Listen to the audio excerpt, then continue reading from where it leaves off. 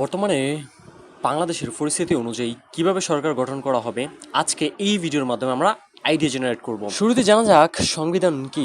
বাংলাদেশের সংবিধান হলো আমাদের দেশের সর্বোচ্চ আইন।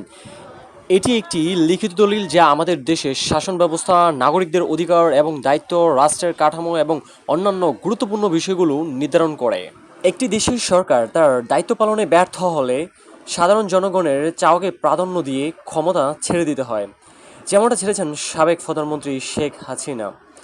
দেশের সরকার প্রধান বা প্রধানমন্ত্রী লিখিতভাবে রাষ্ট্রপতির নিকট নিজের পদত্যাগের বিষয়টি উল্লেখ করে দলিল জমা দেয়।